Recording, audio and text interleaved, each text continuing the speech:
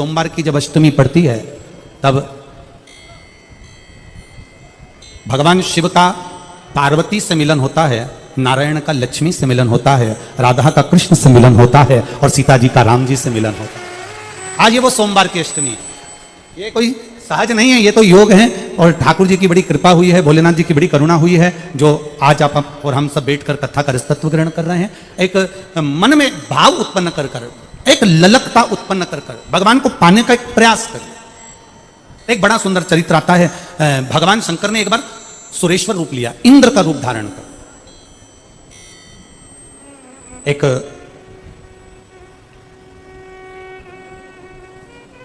व्याघ्रयात का पुत्र जिसका नाम था उपमन्यु, जिसके घर में कोई भोजन का सुख नहीं था, जिसके घर में बहुत सारी प्रसन्नता या बहुत सारा आनंद या बहुत सारा सुख उसके घर में नहीं था। एक दिन उपमन्यु के मामा उपमन्यु के पास आए और उपमन्यु के मामा जी ने उपमन्यु से आकर कहा कि अपनी बहन से कहा कि एक काम करो, अब तुम्हारे घर में अगर भोजन का भाव नहीं है और बहुत तकलीफ में जिंदगी चल रही है, बड़े दुख में जीवन चल रहा है, बड़ी तकलीफ में जिंदगी चल रही है, तो तुम एक काम करो, हमारे साथ में आप हमारे घर चलो। उपमन्यु अपने मामा के यहां गए।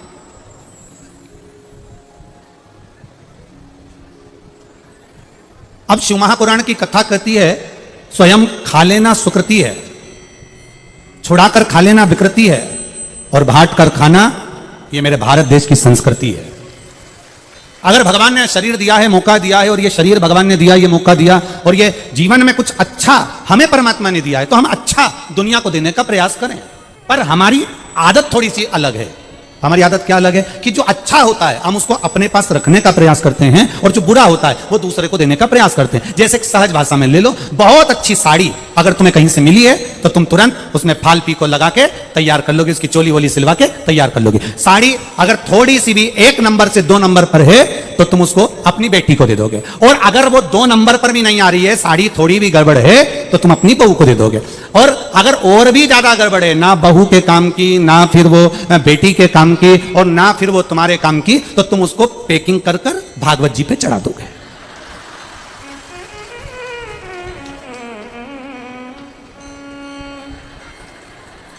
सही है? अब तुमने उसको भागवत जी पे चढ़ा दिया। अब तुम क्या सोच के चढ़ाई कि पंडित जी की पत्नी पहनेगी, वो भी पंडित जी की पत्नी, तो तुम अंदाजे में रहे हो। महाराज, शिव महापुराण ये कभी नहीं कही कि आप भागवत जी को एक साड़ी चढ़ाओ, कि रामायण जी पर एक जोड़ कपड़े चढ़ाओ। थोड़ा आवाज खोल रहे बाबू, आवाज खोलो बाबू। भगवान ये कभी शास्त्र नहीं कहता कि तुम भगवान को बहुत 100 किलो दूध दो या 50 किलो दूध दो या ये दो या 56 भोग दो या ये प्रदान करो। हमारा शास्त्र कहता है जो भी दो वो अपने हृदय से, अपने मन से, जितना। शिव महापुराण की कथा में पहले भी हमने वर्णन किया है। शिव महापुराण की कथा तो यहां तक कहती है कि शंकर भगवान को केमिकल का दूध चढ़ाने से अच्छा है, शंकर भगवान को थैली का दूध चढ़ाने से अच्छा है, शंकर भगवान को पाउडर का दूध चढ़ाने से अच्छा है। कहीं किसी के यहां देसी गाय हो, उसका केवल एक छोटी सी चम्मच का भी आधा चम्मच, 4 बूंद दूध भी अगर मिल जाए और आपने शिव जी को चढ़ा दिया तो शंकर प्रसन्न हो जाते हैं। यहाँ बाबा ये नहीं करे कि तुम मुझको 100 किलो दूध चढ़ाना या 50 किलो दूध चढ़ाना या 25 किलो दूध चढ़ाना। कोई संत ने, कोई साधु ने, कोई गुरुजन ने, कोई ब्राह्मण जन ने ये नहीं कहा कि तुम भागवत जी पर मुझे साड़ी चढ़ाना। तुम जो चढ़ा रहे हो उसमें तुम्हारे दिल की, मन की शुद्धता होना चाहिए। जमनादास 252 वैष्णव की वार्ता में एक संवाद आता है जमनादास जी का। जमनादास जी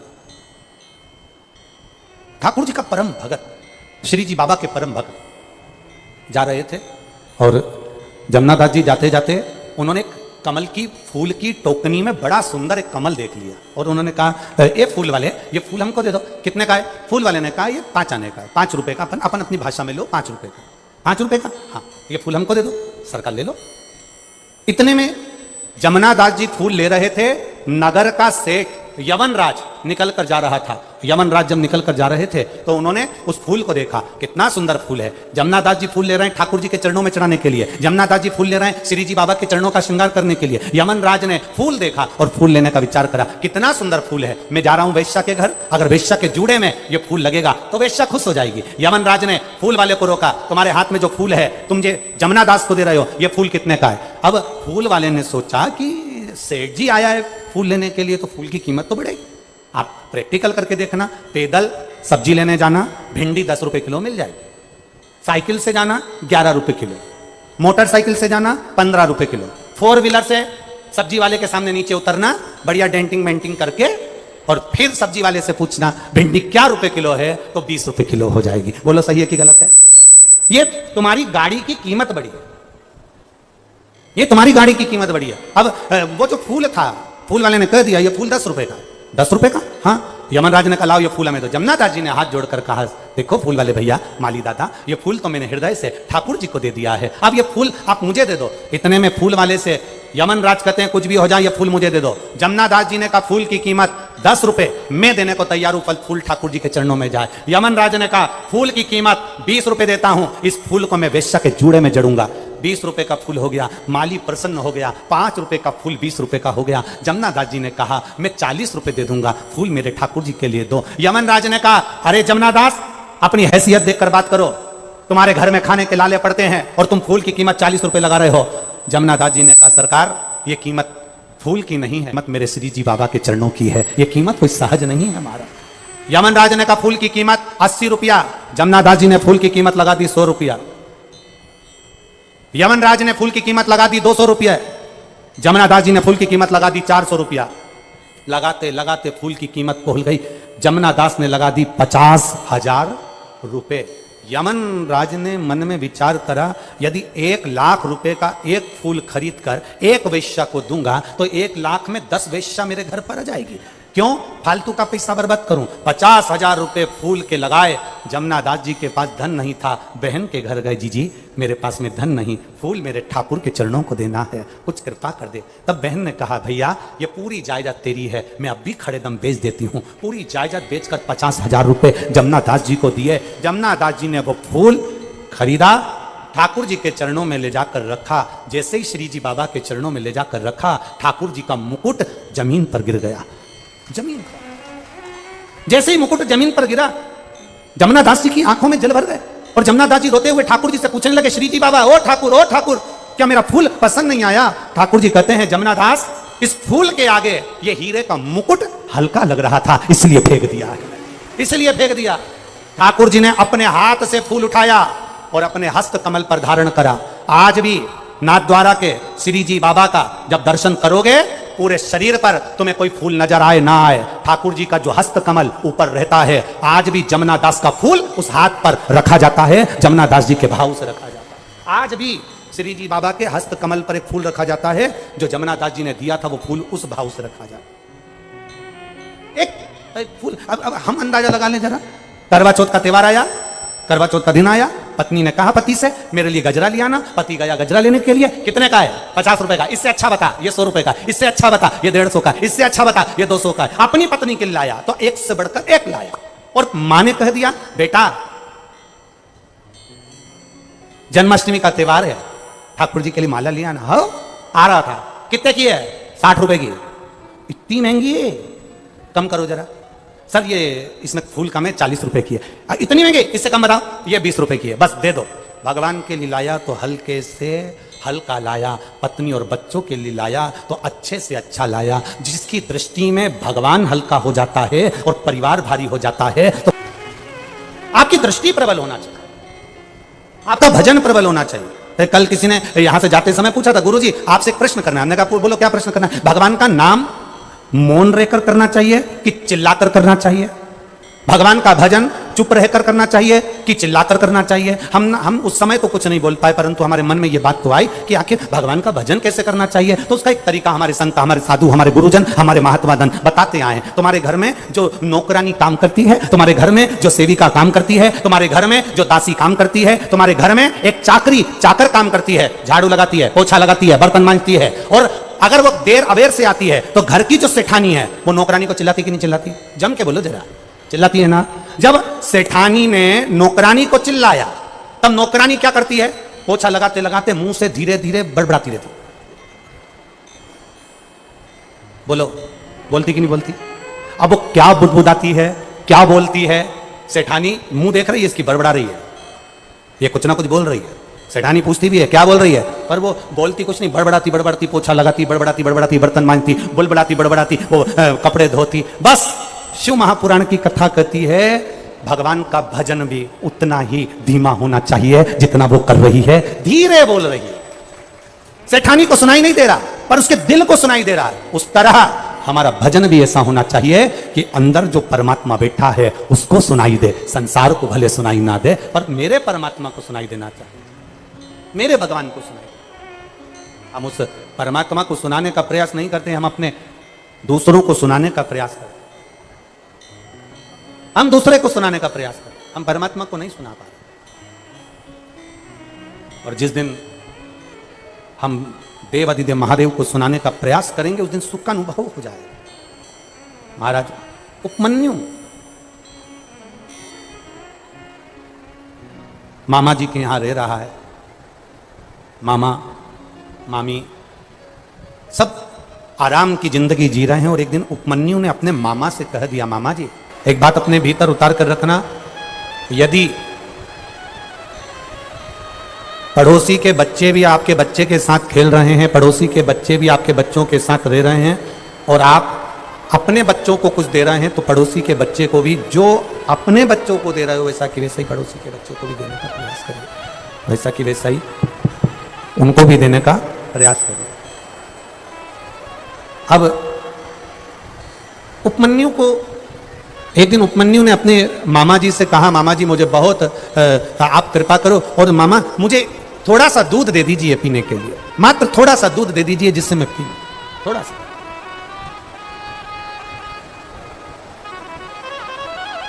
मामा थोड़ा सा दूध दे दीजिए। बार बार उपमन्यु दूध मांग रहा, बार बार मांग रहा। अब इतने में उपमन्यु की मां उपमन्यु को देखी कि ये दूध मांग रहा है पर इसको मामा मामी दूध नहीं दे पा रहे हैं, तो मां ने अपने बेटे से कहा कि देख, संसार के लोगों से अगर आस लगाकर बैठेगा ना, छोटा सा उपमन्यु, मात्र 5 वर्ष की उसकी आयु है और 5 वर्ष के बालक को अगर शास्त्र कहता है हम हमारे घर के बच्चों को जैसा ज्ञान देते हैं वैसा ज्ञान वो बच्चा ग्रहण जरूर करता है। फिर निवेदन है, जिस गांव में पानी की कमी होती है वहां की फसल बिगड़ जाती है और जिस घर में संस्कारों की कमी होती है वहां की नस्ल बिगड़ जाती है।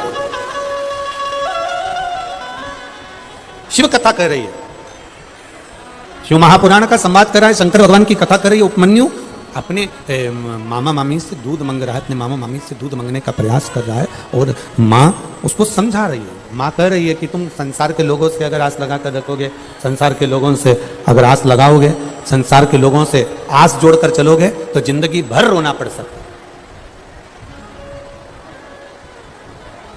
हम भी आपसे कहेंगे,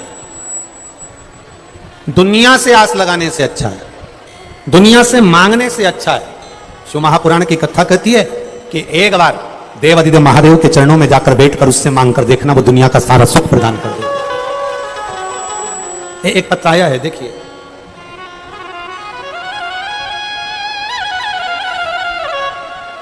मुन्नी वैष्णव, पत्नी अशोक कुमार वैष्णव, गांव निम्बी, जोधावट की तट, जोधावट, लाडनू जिला नागौर। मेरा मोबाइल नंबर ये है, कहीं बैठी हो तो हाथ हिला सकती हैं। आप ही हैं, ऐसा हाथ हिला दो एक बार। मैं मुन्नी वैष्णव, पत्नी, एक बार वापिस हाथ हिलाइए, पत्नी अशोक कुमार वैष्णव, गांव निम्बी, जोधावट, लाडनू जिला नागौर। गुरुदेव, एक लोटे जल का मैं क्या वर्णन करूं। मेरा पुत्र हार्दिक 4 साल के वर्ष है। 2022 में सितंबर में अचानक तबीयत खराब हुई और उसका पेट फूल गया।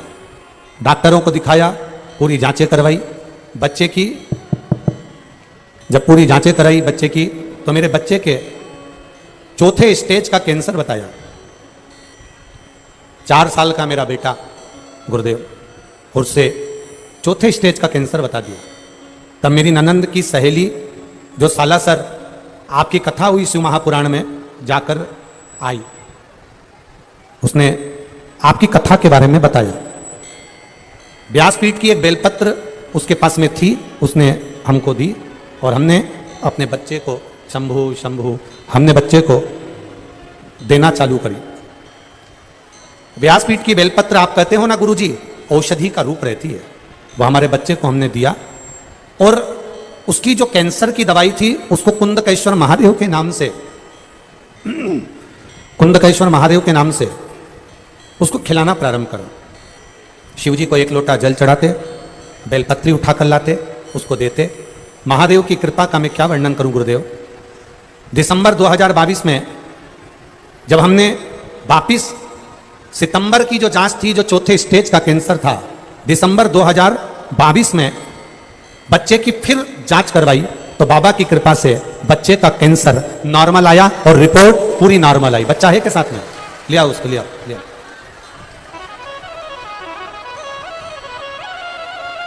गुरुदेव, मेरा 4 साल का बच्चा जिसको 4th स्टेज का कैंसर, और डॉक्टरों ने जिसका जवाब दे दिया था कि दवाई भी असर नहीं करेगी, वहां मैं इस बच्चे को लेकर आई हूं जिसको मेरे महादेव ने ठीक करा है। 4 साल का बच्चा और चौथे स्टेज का कैंसर मेरे बाबा ने ठीक करा है। यह शिव तत्व। खाली ना जाता कोई दर से तुम्हारे, खाली ना जाता कोई दर से तुम्हारे, मैं भी खड़ा हूँ नन्ही बाहें पसारे, अपने हृदय से लगा लो गिरा जा रहा हूँ उठा लो भोले अपने दर से अब तो न टालो, गिरी जा रही हो उठा लो। मेरा 4 साल का लड़का जिसको चौथे स्टेज का कैंसर हुआ और मेरे बाबा ने इसको बचा लिया। मैं बाबा को यहां प्रणाम करने, प्रणाम बाबा को प्रणाम कर, सिर झुकाओ कर जाओ।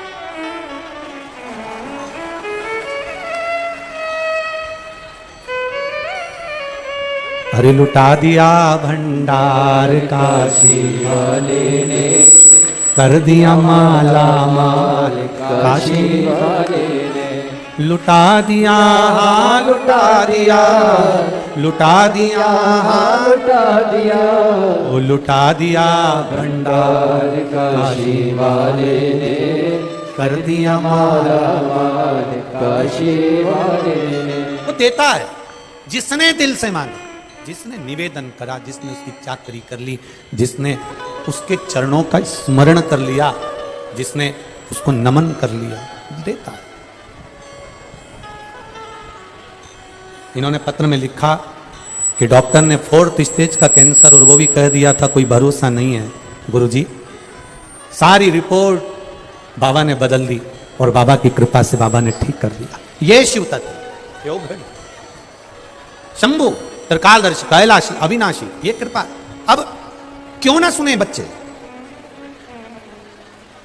हम आपसे भी निवेदन करेंगे, आपसे प्रार्थना करेंगे, हम आपसे निवेदन करेंगे, प्रार्थना करेंगे, घर का एक एक बच्चा, घर का एक एक व्यक्ति शंकर के मंदिर जाना प्रारंभ करे, शिव को प्रणाम करना प्रारंभ करे, शिव को दंडवत करना प्रारंभ करे।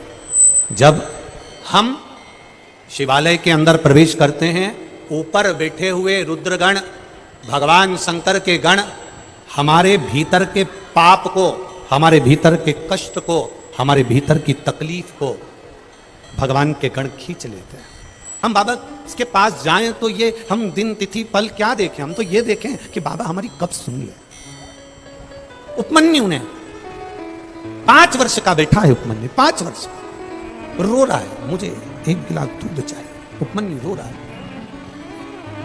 1 गिलास मुझे दूध चाहिए, मुझे भूख लगी है। मां क्या मुझे दूध नहीं मिलेगा? रो रहा है। प्रेशर बोलो, प्रेशर। उपमन्यु रो रहा है, क्या मां मुझे 1 गिलास दूध नहीं मिलेगा? बस ठीक है, आप मुझे 1 गिलास दूध दे दो। मां समझा रही अपने बेटे को, मां समझा रही अपने पुत्र को, किसी दूसरे के आश्रित मत रहना, किसी दूसरे के भरोसे मत रहना। अगर आश्रित रहना, भरोसा रखना, तो मेरे बाबा का भरोसा रखना। आप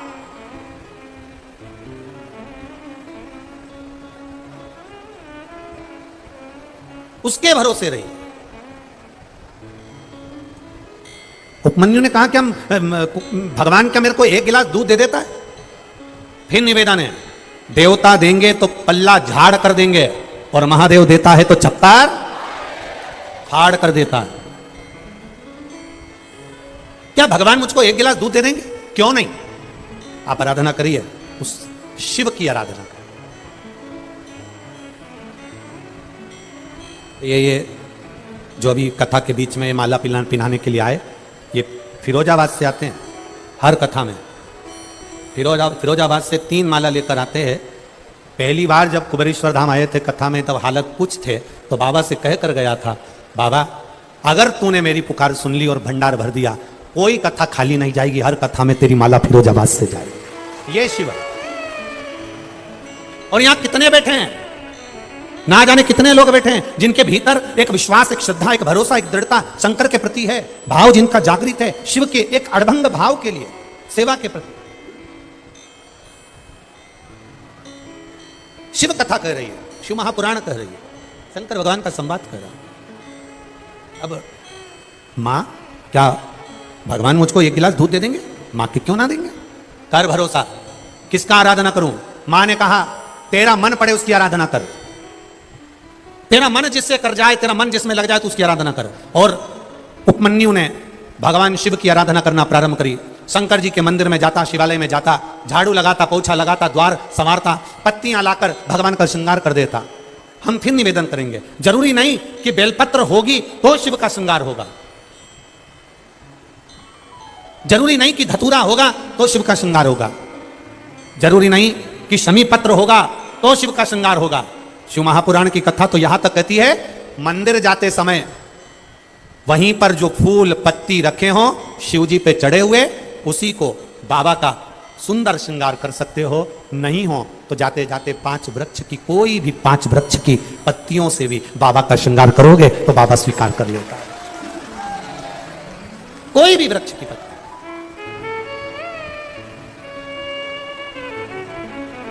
आपके पास में बेलपत्र हो चलेगी, ना हो शिव जी की लीजिए, शिव जी को चढ़ा दीजिए।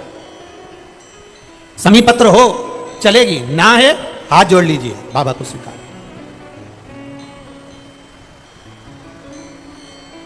भीतर से शिव को प्रकट करिए, अपने भीतर एक आनंद का जो शिव है, हमारे भीतर एक आनंदेश्वर महादेव जो विराज रहे हैं, हमारे भीतर एक शंकर का एक स्वरूप आनंद कंद परमात्मा का एक भाव आनंदेश्वर महादेव जो विराज रहे हैं, उस आनंद से हम परमात्मा को प्रकट करें।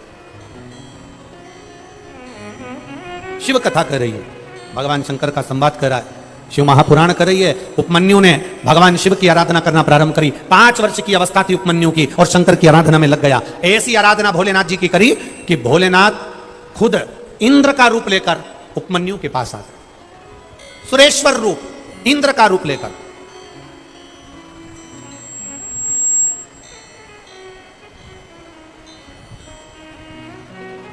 शिव जी का एक अवतार है, सुरेश्वर अवतार।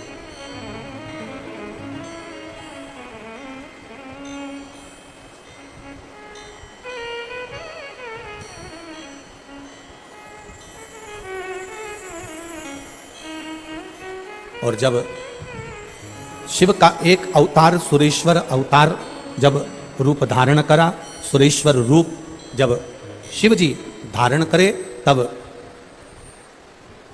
इंद्र का रूप धारण कर कर भगवान शंकर ने उपमन्यु से जाकर कहा, उपमन्यु से जाकर बोले, ए उपमन्यु, कहां देवादिदेव महादेव की भक्ति में लगा हुआ है, कहां शिव की उपासना में लगा हुआ है? शंकर भगवान तो खुद कैलाश पर निवास करते हैं, शिव जी तो खुद कैलाश पर रहते हैं, उनकी कहां भक्ति में तू लगा हुआ है? छोड़ उनकी भक्ति। उपमन्यु, भगवान शिव इंद्र का सुरेश्वर रूप धारण कर कर कहते हैं, अगर तुझे भक्ति करना ही है ना उपमन्यु, तो एक काम कर, मेरी स्वयं की इंद्र की भक्ति कर। अगर तू इंद्र की भक्ति करेगा तो तेरा सब कार्य सफल हो जाएगा। उपमन्यु सुनता रहा, सुनता रहा, सुनता रहा, पर बोला कुछ नहीं। आखिरी में उपमन्यु से भगवान शंकर, जो इंद्र का सुरेश्वर रूप धारण कर कर आए थे, उन देवादिदेव महादेव ने सुरेश्वर रूप में, इंद्र के रूप में शंकर भगवान की निंदा करना प्रारंभ कर दी। खुद ने खुद की निंदा, स्वयं की निंदा।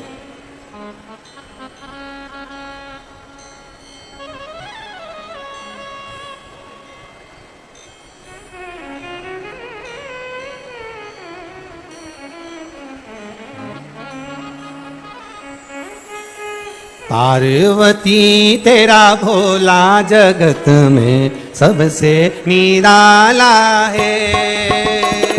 पार्वती तेरा भोला जगत में सबसे निराला है। पार्वती तेरा भोला जगत में सबसे निराला है। गाइए आज सोमवार, पार्वती तेरा सोमवार की अष्टमी सबसे निराला है। वो सबसे निराला, सबसे निराला, सबसे निराला, सबसे निराला, वो सबसे निराला, सबसे निराला, सबसे निराला, सबसे निराला। ओ पार्वती तेरा भोला जगत में सबसे निराला है। पार्वती तेरा भोला जगत में सबसे निराला है। बड़े आनंद के साथ, भाव के साथ।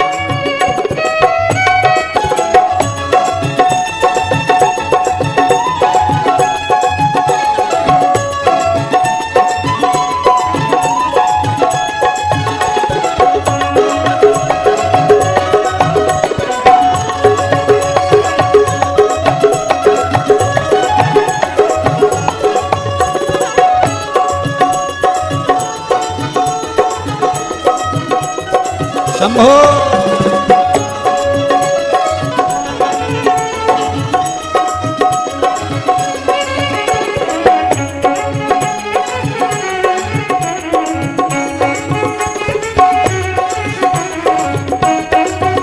पीछे वाले भी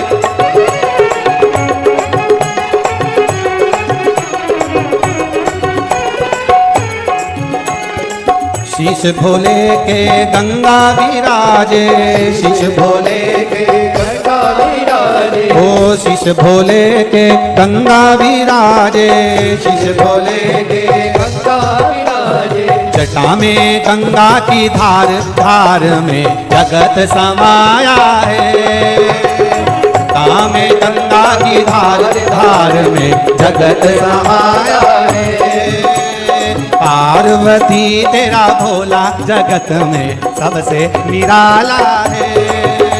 ओ पार्वती तेरा भोला जगत में सबसे निराला है। सबसे निराला, सबसे निराला, सबसे निराला, सबसे निराला, ओ सबसे निराला, सबसे निराला, सबसे निराला, सबसे निराला। ओ पार्वती तेरा भोला जगत में सबसे निराला है।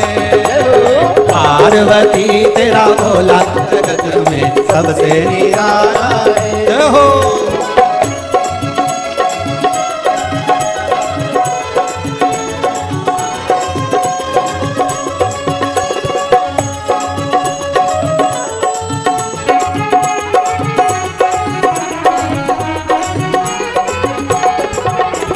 गले भोले के सर्पों की माला, गले भोले के सर्पों की माला, ओ गले भोले के सर्पों की माला, गले भोले के सर्पों की माला। ओ माथे माथे पे चंदा तिलक जगत में उजियारा फैलाया रे। माथे पे चंदा तिलक जगत में उजियारा फैलाया रे।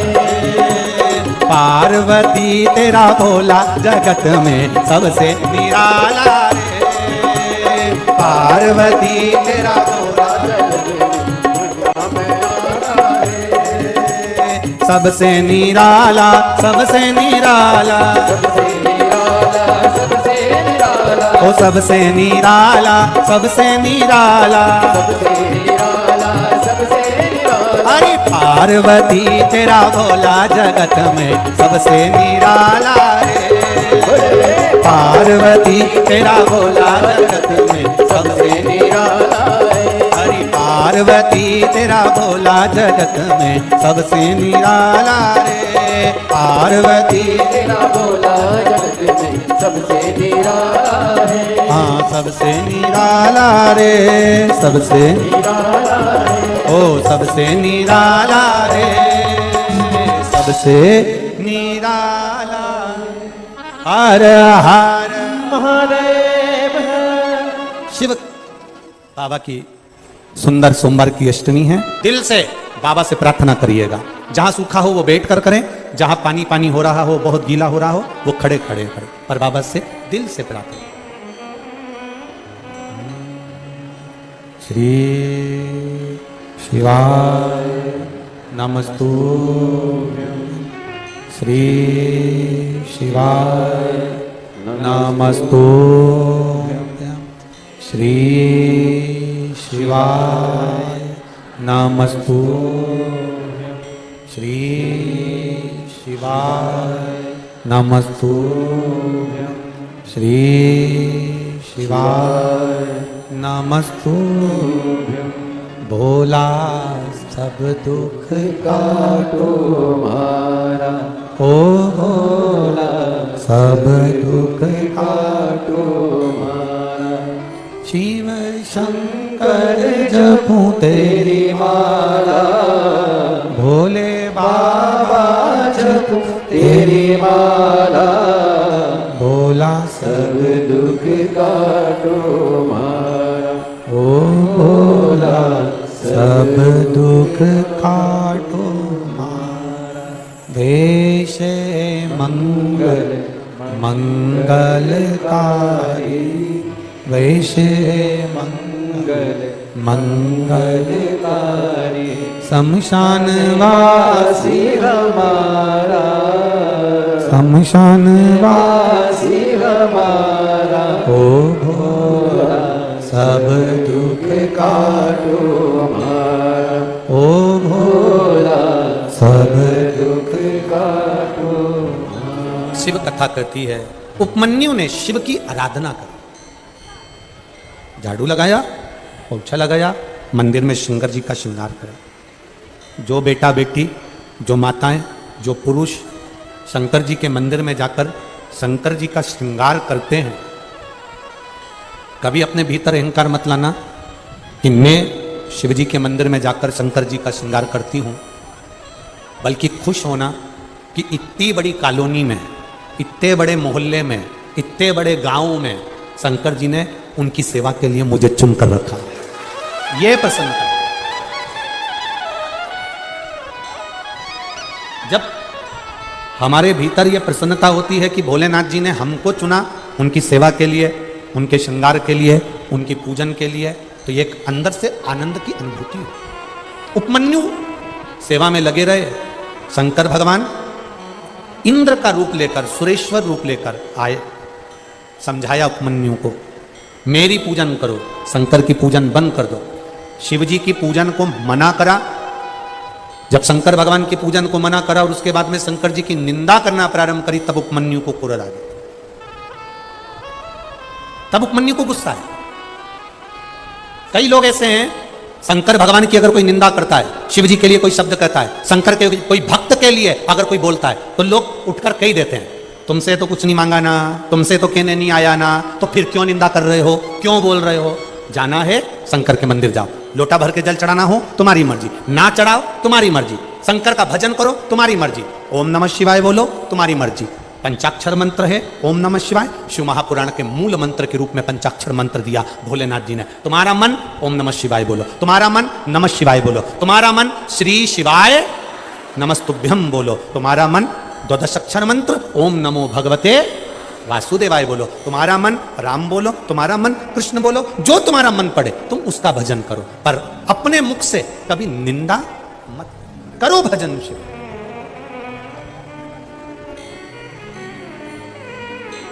एक बेटी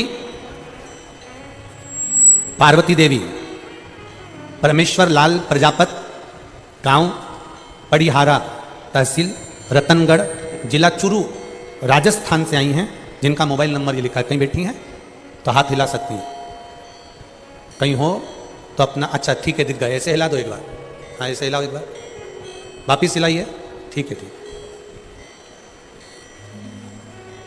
चैनल वाले दिखा लिबास को, उनको एक बार वापिस हाथ हिलाइए। पार्वती देवी परमेश्वर लाल प्रजापत, गांव पड़ीहारा, तहसील रतनगढ़, जिला चुरू, राजस्थान से हैं। गुरुजी आज तीसरे पत्र लिख रही हूं, हमारे पत्र का नंबर ही नहीं आता। मैं 2-3 सालों से शिव महापुराण की कथा सुन रही हूं। मेरी पुत्री 3 साल से सरकारी नौकरी की तैयारी कर रही थी, लेकिन सिलेक्शन नहीं हो रहा था। मैं रोज मंदिर जाती हूं और मेरी पुत्री के लिए भी विनती करती हूं। मैंने उसके लिए पशुपति व्रत भी करा। कुछ दिन बाद एसएससी परीक्षा का परिणाम आना था। मेरी बेटी ने उसकी एग्जाम की तैयारी करी। मैंने मेरी बेटी से कहा शंकर भगवान पर एक बेलपत्र शहद का प्रयोग करो, जल चढ़ाओ, धतूरा चढ़ाओ, शिव जी को अर्पित करो। और फिर मेरी बेटी ने उस एसएससी परीक्षा की तैयारी करी, खूब मेहनत करी, और बाबा के भरोसे रहकर मेरी बेटी मुझसे बोली भी, माँ बेलपत्र पर शहद लगाकर जाने से क्या होगा, पढ़ाई तो करना है ना। मैंने अपनी बेटी से कहा कि गुरुजी कहते हैं पढ़ो, दिल लगाकर पढ़ो, मेहनत करो, परिश्रम करो, पर आखिरी में शंकर भगवान पर भी भरोसा कर कर जाओ। मेरी बेटी एग्जाम देने के लिए गई और 15 अंक उस एग्जाम में अनिवार्य थे, पर मेरी बेटी का 14 अंक आया, 15 अंक नहीं आया। गुरुदेव, मेरी बेटी बहुत रोई, मेरे गले लगकर रोई और कहने लगी आज के बाद मैं शंकर जी के मंदिर नहीं जाऊंगी, जल नहीं चढ़ाऊंगी। मैंने मेरी बेटी से कहा कोई बात नहीं, अगली बार परीक्षा की तैयारी करो। मेरी पुत्री बोली अगली बार क्यों, तुम तो कहती हो कि शंकर जी सब देते हैं। तब आपने कहा था कि शंकर भगवान सब देते हैं, तू मेहनत कर और शिव जी पर आश्रित होकर जा।